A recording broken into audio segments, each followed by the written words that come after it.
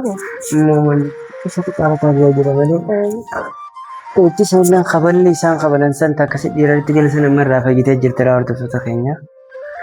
Cafaqaniitii suma tanaa fuudhanii galchanii sababa sanitti isin beeki.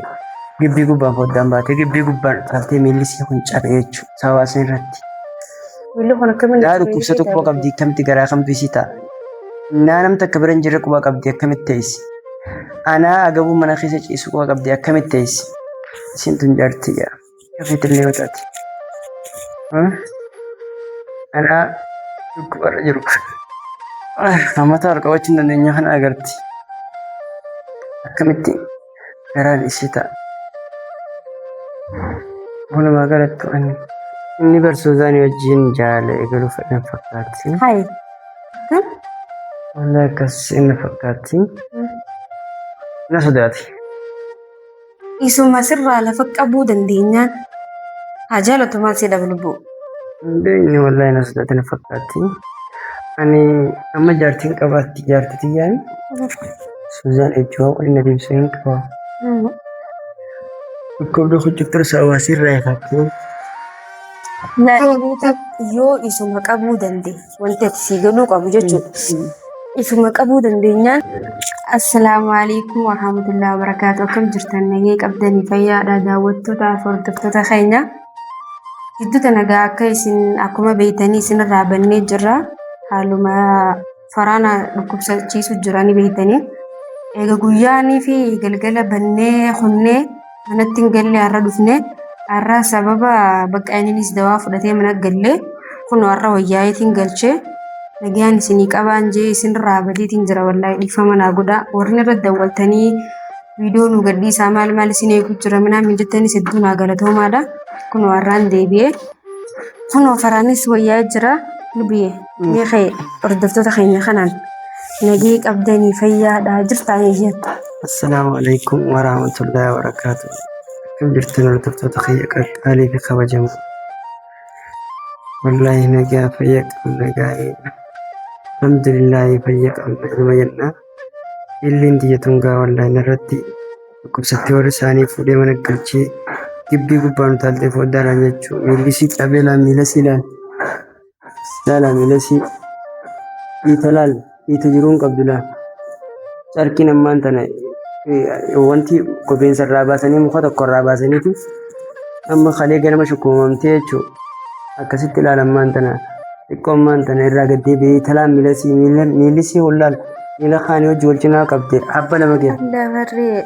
Silkuu bee. Sinda eega jirti. China qabuun sun na dhukkubsiti. Akkas lafaamile miilisii narra cabee akkana wajjin niin caben jettee taa'attiin jirtu okkolaatuma deemtee. Dawaa sheekas biraa deemtee dhaabbattee dhuftee akkuma wajjin mana akkumaallee san dura gaa miillisii kun qacabe ture bubbulee jira akkuma isinii himetti wallahi torbee takka ga'ee jira qaanumaa viidiyoo isinii gadhiisu dadhabee isinis miillisii kun cabee anis bakka waan viidiyootii miti kaa'ifuu quban qabu wayii ta'an. Akka malee irra jirra saniif isin irraa dila kana bannee hordoftoota fayyaa dhiifama nuu godha isin jecha har'ammoo alhamdulillah dawaallee fitadheetiin jiraatu guyyuma lama eedamaan naa beeka. Haalli biyyoota galmee barmaan ta'e. Dawaan baan dawaa dawaan baan naa beeka. Eedamaan naa kana fakkaatti taan takka jechuudha taan fitadheetiin jira dawaa tana abbaa hedduun akkanaan hin beekan. Agar dhugan takka dibatanii ta'uudhaatiin maal bakka adila kana cufaa anummaan kun du'eetiin jedhadha wallahi isaan irraa ta'anitti akkam funyaan kun na balbalee keessi nama daadha jiruun qabu da'ummaan sa'u nama dhiistee jechuudha.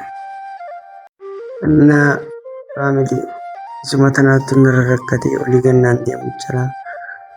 Wallahi maallaqa dhiitte kaan gaafatti hin qabnu jaanii yaa'u liquma tana dhabdee jechuun nama kana kadhattee liquma tana dhabde kaan karra argattee da'aa tana waliin ga'uu fi bitattee da'aa sheekaa tanas ni bittaa barakkamatti hin jirtu. Qaqqaalisa dhudhuummaan sheekaa tunuu qaalii tana liqaa tokkotu tokkumaa 500 jedhanii maal jedhanii wallaahi dhammaan ishee biraa ta'u bara 2028 immoo kanaan bitte jechuudha. Liqiin namaatu akkas hundinuu Lubbuu bira nama jiruuf liqii 2028 sana hundaa waan namaatti liqeeffate jechuudha.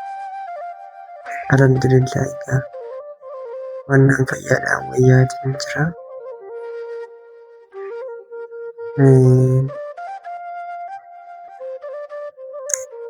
Namoonni asumaan dhaamsa tokkollee isiniif hin qaba. Namoonni yuutuubii bitachuu feetanii fi gurgurachuu feetanillee lakkoofsa kanaan nama duwwaa 994 duwwaa takka 80 duwwaa 6 waatsaappii fi telegiraamaan nama noormaali yoo bilbiltan argachuu dandeessan. Karaa telegiraamaatiif waatsaappii kan ta'in akkasitti faamiliitiidha. Karuma kanaan yommuu itti qolletan sappoortii na gootan jeetii na gargaartan jeetii akkas faamiliitiidha.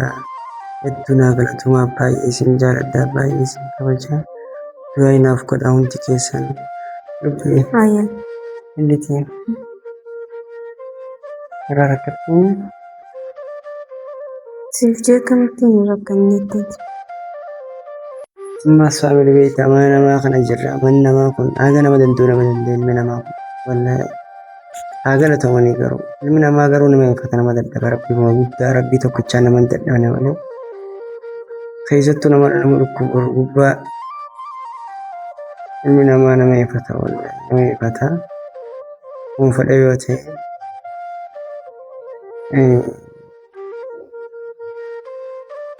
wallaahi ilmi namaa nama eeggata. Rabbi malee kana mana kanneen rabbi tokkicha qaba. Inni immoo fayyaa nutti haa ta'u isinillee mata rabbi isin dhukkubsan.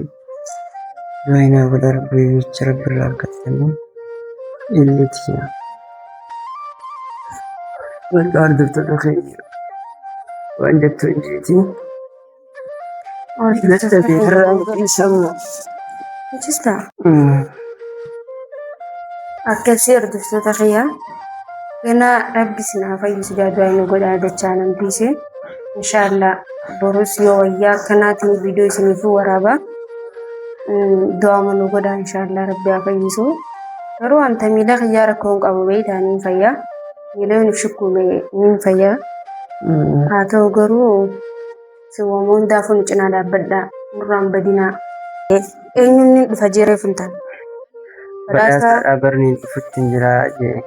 Kasuuzaan guyyaa suuzaan barraameenyi biraa mucaan sun haa galatamu dheengaddaa sun dhufee kuteeme dhufee nuraalee kutee haa galatamu.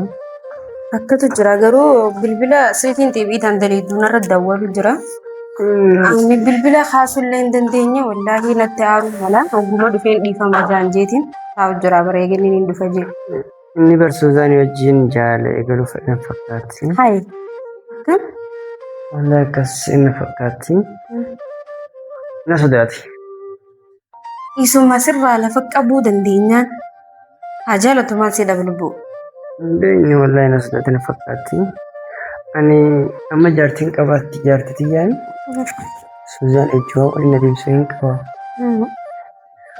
Dhukkubni hojjectoota hawaasii irraa eegattee. Yoo isuma qabuu dandeenye wanti ati sii galuu qabu jechuudha. Isuma qabuu dandeenyaan qaamni siyyaa lubbu taa'e. Isuma qabuu dandeenyaan jechuudha. Isuma sirraa miira jaalalaa naqee isaan lameen sirraa hojii yaanaan ati wanti si dhibee takka illee hin jirtu. Yoo inni dhufellee waan biraa takka jechuun hin dandeessu. Ati isaan anumarraa qabuu dandeenyaan jettaan. Isaan gaa. Akkasumaan jaangaa. Kan dhumte afarree. Hanga si dho'e.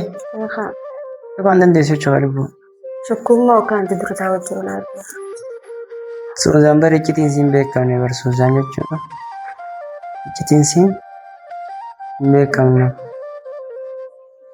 Gaafa kaan isa adeemsisii shira ajaa'ibaa kana tokkotti. Deerri suuzaan. Tapham finnee jiru isaan. Shira ajaa'ibaa kana ta'eetti lubbuutiin baasuudhaaf. beeksisa tokko ta'e kottaa wajjin finfinnee fi isinis wajjin. An garuu wanta kana godhuu hin dandeessisu maamagan.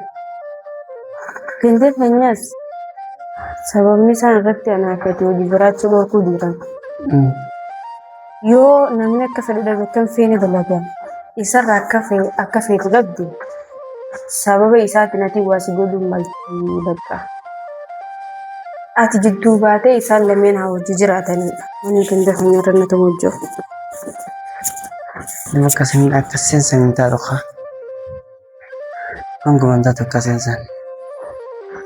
Kanaaf ati hojii jiraanna. Yoomiyyuu jiraanna. Itti fuulaa kan eegale sirraa buute malee ammallee diimina asirraa tokko kan qabu. Immoo wanti keessatti qabataa jira malee. Itti isaan qaballi isaan qabalan san akkasii dhiiratti galsan ammarraa fayyitee jirtira hordoftoota keenya. Cafaqaniitii suma tanaa'u fuudhanii galchanii sababa sanitti isin beeki. Gibbii gubbaan foddaan baatee gibbii gubbaan dhaabtee miilli isii kun cabe jechuudha sababa san irratti. Miilli kun akkamitti Daa dhukkubsatu quba qabdi akkamitti garaa kamtu isii ta'a. Naa namta akka bira hin jirre quba qabdi akkamitti teessi. Anaa agabuu mana keessa ciisu quba qabdi akkamitti teessi. Isin tun jaartii jira. Kafiitillee yoo taate. Anaa dhukkubarra jiru. Namoota harkawachuu hin dandeenya kana agarti. Akkamitti garaan isii ta'a. Walumaa galatti waan isiis rabbi horii naa dheeressu miila isii kanallee rabbi haa fayyisu dhiitti duraan kana cufa kana abboof goote eega shukkoomte xiqqisha laal. Irraa buutee jirti. Alhamdulillah bakka takkaa kanatti hojjirra gaartota keenya. Mee hundaafuu baay'ee isin jaalladha baay'ee isin kabajna. Egaan nuuf toladhaa khayrii irratti.